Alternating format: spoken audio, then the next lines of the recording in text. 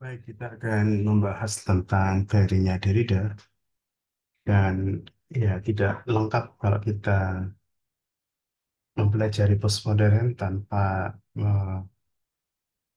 membedah teorinya Derrida dan teori Derrida ini saya kira relevan ya untuk mahasiswa sosiologi dan sangat menarik ya karena sangat dekonstruktif ya dan gagasan utama Derrida adalah dekonstruksi ya konsep ini berpusat pada gagasan bahwa tidak ada makna yang stabil atau tetap dalam teks. Makna selalu berubah ya, bahwa makna selalu dihasilkan melalui proses diferensiasi dan relasional. Nah, Derrida menyatakan bahwa teks selalu mengandung jejak dari makna-makna yang lain yang mengganggu dan melemahkan klaim kehadiran makna yang utuh. Nah, gagasan utama Derrida adalah dekonstruksi yang merupakan pendekatan untuk menganalisis teks dan struktur bahasa. Salah satu hal penting dalam postmodern adalah perhatian pada bahasa dan ya skala dan teks dan segala sesuatu adalah teks. Nah, dekonstruksi ini bertujuan untuk mengungkap asumsi-asumsi dan hierarki terpendam dalam teks dan menunjukkan bahwa makna tidak pernah stabil dan terpusat. Derrida menekankan bahwa tidak ada makna yang murni atau asli dan bahwa makna selalu bergantung pada perbedaan dan relasi dengan tanda-tanda yang lain. Jadi itu tadi ya. Nah, ada dekonstruksi lalu ada konsep defrost ya, defrost, defrost. Konsep ini mengacu pada proses diferensiasi dan penangguhan makna yang terus-menerus. Derrida menyatakan bahwa makna tidak pernah hadir secara penuh, melainkan selalu tertunda dan bergeser. Nah, Derrida memperkenalkan konsep difference yang merupakan permainan perbedaan dan penundaan makna. Difference menolak ide tentang makna yang hadir dengan sendirinya dan sebaliknya menekankan bahwa makna selalu ditunda dan bergantung pada hubungan dengan tanda-tanda. Dan ini menunjukkan bahwa tidak ada makna yang final atau otentik dan bahwa makna selalu bergeser dan berubah-ubah. Jadi itu. Oke. Nah, selain di Frost tadi ada konsep logosentrisme ya, logosentris. Derrida mengkritik apa yang disebut sebagai logosentrisme, yaitu pandangan bahwa ada makna atau kebenaran yang transenden, stabil dan terpusat. Tadi kan di apa ya, di dekonstruksi dan di Frost itu kan makna itu tidak stabil ya dan tidak terpusat dan kebenaran tidak transcendental. Dan ketika ada orang yang meyakini bahwa makna itu stabil, makna itu terpusat, kebenaran itu transenden, maka itulah disebut dengan logosentris. Ya. Jadi logosentris itu sekaligus uh, semacam memberikan label pada mereka yang terlalu yakin kan dengan hal-hal yang berbau permanen, hal-hal yang berbau stabilitas gitu ya. Ia menyatakan bahwa hal itu merupakan ilusi yang dihasilkan oleh bahasa. Derrida mengkritik apa yang disebutnya logosentris, yaitu kecenderungan Barat untuk memprioritaskan makna yang hadir dan melihat bahasa bahasa sebagai alat untuk menyampaikan makna yang sudah ada. Derrida menyatakan bahwa logosentrisme mengabaikan sifat relasional dan terstruktur dari bahasa, serta potensi bahasa untuk menghasilkan makna yang tertunda. Nah, tadi kan iya kita hanya menjelaskan singkat-singkat ya. Tadi ada dekonstruksi, ada logocentrism, ada di Frost gitu ya. Nah, mungkin coba kita ingin menerapkan dari Derrida ini dalam konteks Indonesia ya. Oke, analisis teks sastra ya. Jadi mahasiswa dapat menggunakan pendekatan dekonstruksi Derrida untuk menganalisis teks sastra Indonesia seperti novel, puisi, drama. Ini, dari situ nanti terlihat adanya dinamisasi ya, dinamika, dinamis pemaknaan yang selalu berubah-ubah itu ya. Mereka dapat mengungkap asumsi-asumsi dan hierarki yang terpendam dalam teks, serta menunjukkan bagaimana makna dalam teks tersebut selalu bergeser dan tidak stabil. Contohnya ya, menganalisis bagaimana novel Bumi Manusia ya, karya Pramudia Anantatur yang menantang konstruksi makna dan identitas kolonial gitu ya. Jadi mahasiswa bisa melihat karya novelnya Pramudia Bumi Manusia dan juga bisa kritik budaya ya. Jadi maksudnya dapat menerapkan konsep Roth Derrida untuk mengkritisi konstruksi identitas dan budaya di Indonesia. Mereka dapat melihat bagaimana identitas nasional, etnis, agama, atau gender selalu bergantung pada perbedaan dan relasi dengan yang lain. Contohnya menganalisis bagaimana konstruksi identitas pribumi dan non-pribumi dalam wacana kebangsaan Indonesia. Ini juga bisa ya. Jadi kalau menggunakan teori Derrida itu bisa untuk membaca novelnya Pram, juga bisa melihat bagaimana persaingan antar antar etnis ya, yang terekam dalam dalam fragmentasi ya, pribumi dan non pribumi yang selalu muncul ya dalam kebangsaan di Indonesia. Bisa juga analisis wacana politik ya. Jadi masa dapat menggunakan dekonstruksi diri untuk mengatasi wacana politik di Indonesia seperti pidato politik, kebijakan publik, atau pemberitaan media. Mereka dapat mengungkap asumsi-asumsi dan hierarki yang terpendam dalam wacana tersebut, serta menunjukkan bagaimana makna selalu bergeser dan tidak stabil. Bisa mengkritisi retorika pembangunan, kemajuan, dan pemajuan politik Indonesia. Pembangunan dan kemajuan pembangunan misalnya ini telah menjadi wacana politik Orde Baru ya, yang sempat akhirnya memicu reformasi, namun pada akhirnya juga akhir-akhir ini juga digaungkan lagi pembangunan ya. Jadi ya dalam konteks politik pembangunan infrastruktur ya itu. Jadi bisa untuk menganalisis itu.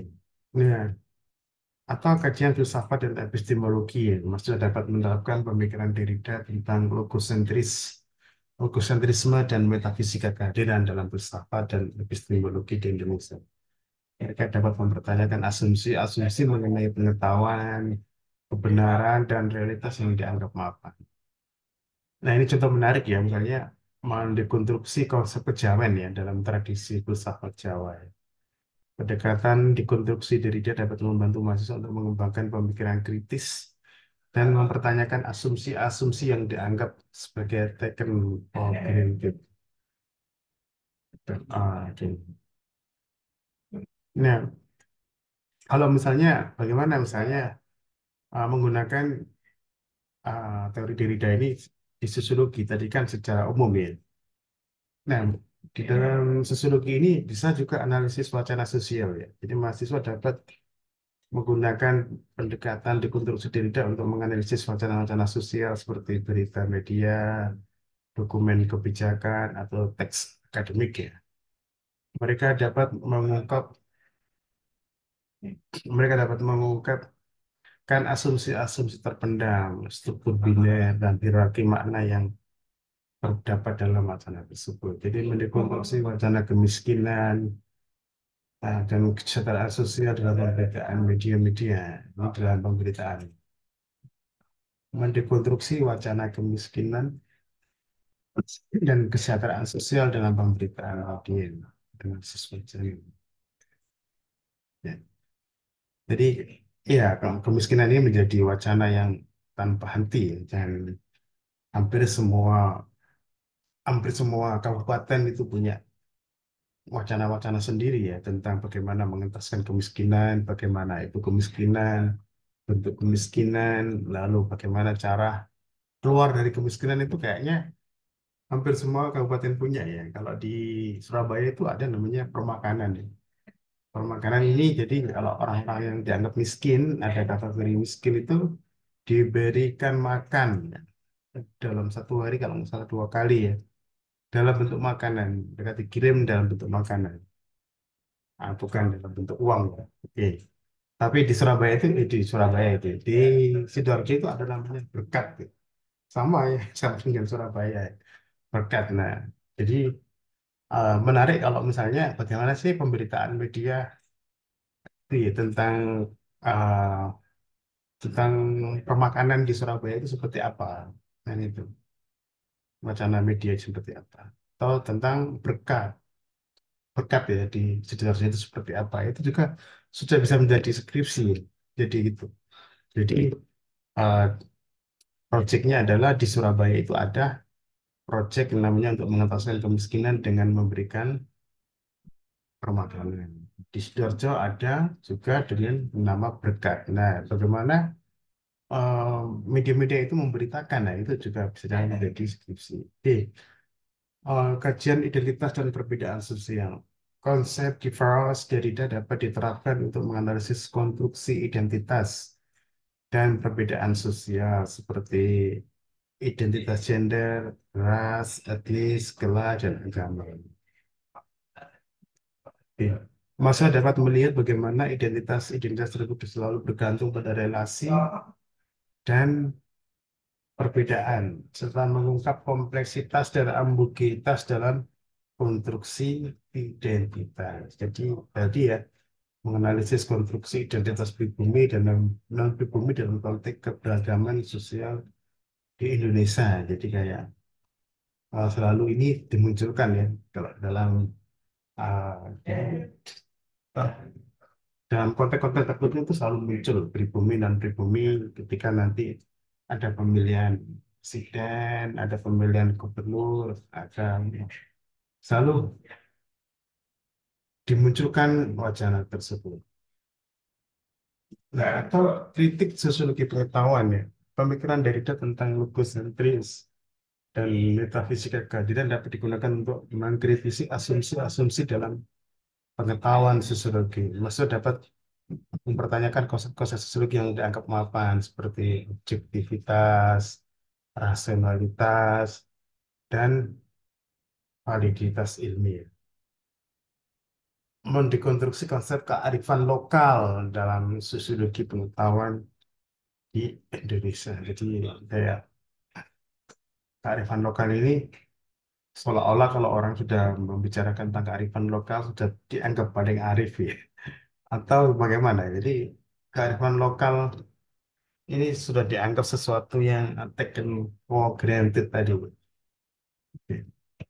Analisis gerakan sosial. Teori diri dapat diterapkan untuk menganalisis wacana, retorika, dan strategi gerakan sosial di Indonesia. Maksudnya dapat melihat bagaimana gerakan sosial mengkonstruksi makna dan identitas serta menentang struktur dominan. Wah, ini ada contoh ini bagaimana menganalisis gerakan iya tagar Me Too di Indonesia menggunakan strategi dekonstruksi untuk menentang patriarki. Ya, ini juga bisa gerakan gerakan sosial-sosial online itu juga bisa dianalisis dengan teorinya Derrida. Jadi masa sosiologi bisa ya